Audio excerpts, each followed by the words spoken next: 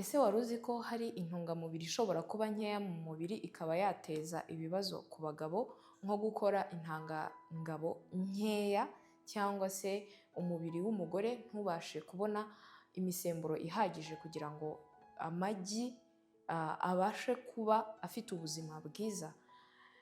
Bahaye ikaze mu kiganiro cyacu cy'uyu munsi, muri kumwe nanjye nutritionist Iryivuze Edith Colombe. Uyu munsi tugiye kuganira ku munyungugu witwa zinc. Zinc ni umunyungugu w'ingenzi cyane mu mubiri wacu, ukenerwa ku kigero gito cyane kandi umubiri wacu utabasha kwikorera kandi utabasha no kubika.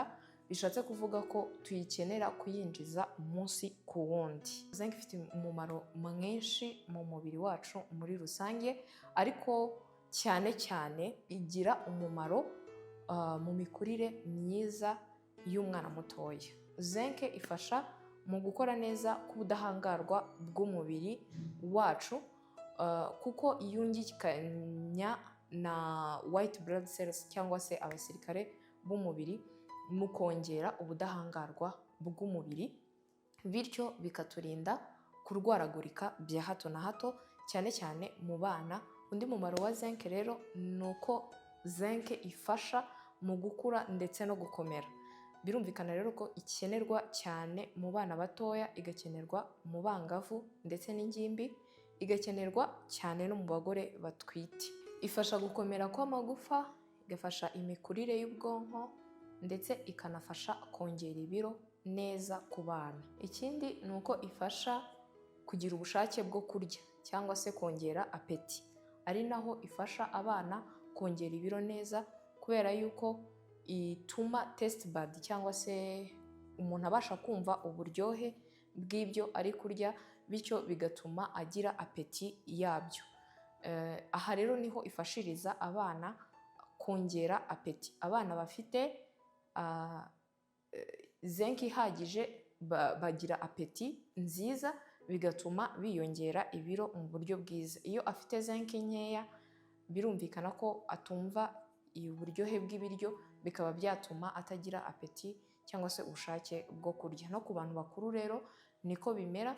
Iyo utumva uburyohe bw'ibyo uri kurya, akenshi ubura apeti yabyo. Undi mumaro ni uko ifasha mu kugira uruhu rwiza ndetse no gukomera kw'imisatsi. Zinc ifasha gusana uruhu rwangiritse, ikindi ikanafasha kugabanya ibiheri cyangwa se ibishishi byo mu maso, ikanafasha no gukomeza imisatsi.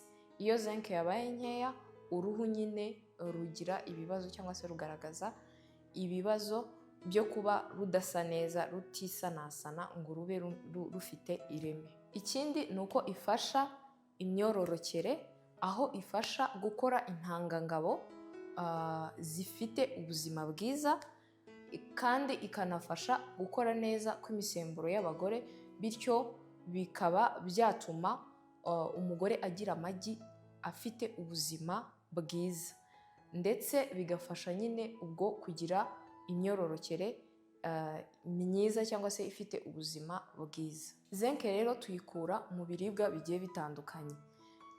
Tuyikura mu bikomoka ku matungo, tukanayikura mu bikomoka ku bihingwa.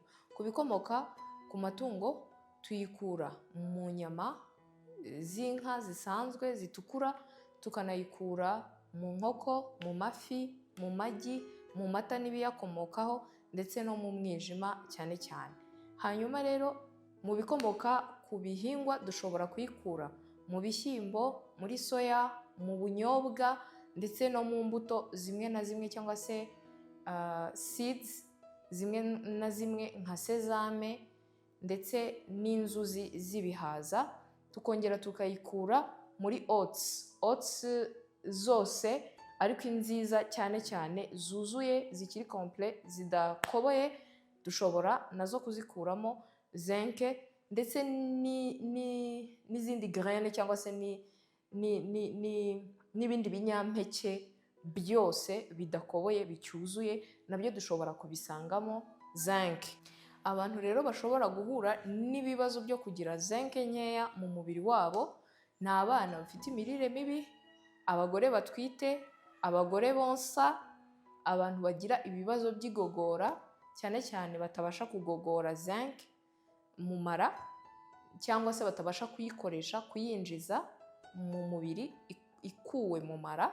Abantu bakunze kurya cyane ibintu bikomoka ku bihingwa, ntibarye ibikomoka ku matungo aribo twita vegan, abo ngabo nabo bashobora kugira ibibazo byo kugira zinc nkeya, ndetse n'abantu bakunze kugira diyare iri chronique ihoraho, abo bantu nabo bashobora kwibasirwa no kugira zinc nkeya mu mubiri. Ibimenyetso rero bishobora kukugaragariza ko ufite zinc nkeya, cyane cyane ku mwana mutoya, ikimenyetso gishobora kugaragaza ko afite zinc nkeya, ikimenyetso cya mbere ni ukudakura neza, ikindi ni ugutinda gukomera, kugira apeti nkeya ndetse no kurwaragurika. Ku bantu muri rusange rero, ku bandi bantu bose, ibimenyetso bishobora kugaragaza ko umuntu afite zinc nkeya, icya mbere ni ugutinda gukira kw'ibisebe, ikindi ni uko umuntu ashobora gupfuka imisatsi ndetse uruhu rukanangirika, ikindi kimenyetso ni uko umuntu ashobora kugira impiswi zidakira cyangwa se chronic diarrhea zikunda kugaruka cyane. Umuntu ukunda kugira diyare cyane aba agaragaza ikimenyetso nyine cyo kugira zinc nkeya. Ikindi ni ukugabanyuka k'ubudahangarwa bw'umubiri cyangwa se immunite ikaba nkeya cyane, aho umuntu ashobora kurwaragurika mu buryo bworoshye, ndetse no kutaryoherwa ibyo uri kurya. Iyo utumva ugira test ku byo uri kurya ngo wumve birakuryohera mu kanwa cyangwa se birakubihira, uba ushobora kuba ufite ikibazo cya zinc nkeya. Zinc rero ahanini ikunze kugaragara cyane ku bana bafite imirire mibi cyane cyane. Zinc rero nubwo ari nziza, mwabyumvisha umumaro wayo, ariko nanone iyo ibaye nyinshi ishobora guteza ibibazo byinshi bigiye bitandukanye, cyane cyane iyo dukura mu nyongeramirire. Ibimenyetso bishobora kukugaragariza rero ko ufite zinc nyinshi mu mubiri wawe, icya mbere ni ukugira iseseme nyinshi, kuruka, kuribwa mu nda, kugira diyare nyinshi ndetse no kubabara umutwe bikabije.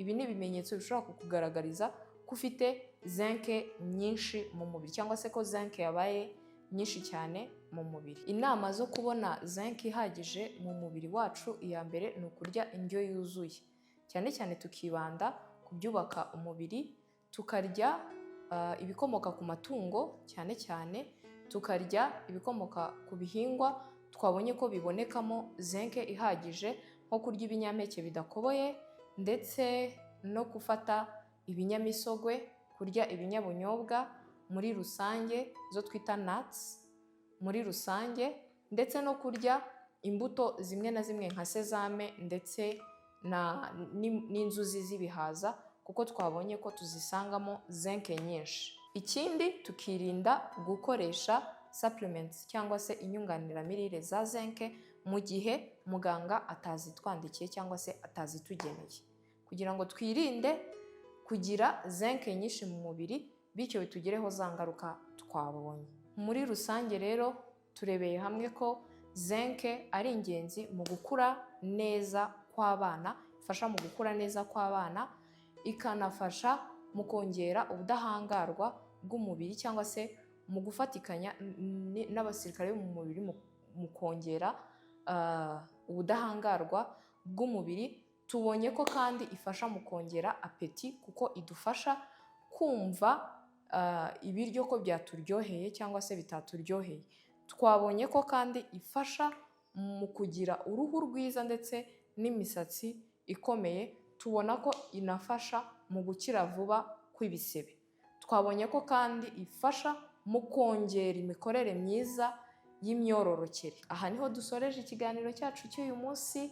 Nagira ngo mbashimire mwebwe mwese mwaduteze amatwi kuri uyu munsi, mukumva kandi mugakurikirana iki kiganiro. Tubararikiye gukomeza gukurikirana ibiganiro tubagezaho hano kuri channel yacu ya NutriMedi Plus. Mwari kumwe nanjye nutritionist Iryivuze Edith Colombe. Uwakenera inyunganizi cyangwa se inama ku bijyanye n'imirire, yatugana aho dukorera hano Kimironko hafi na Simba, cyangwa se ukaduhamagara kuri nimero yacu 0788 940 474, hanyuma tukakuyobora ukahagera, cyangwa se tukagufasha mu bundi buryo bw'iyakure. Murakoze cyane, ukomeze kugira ibihe byiza.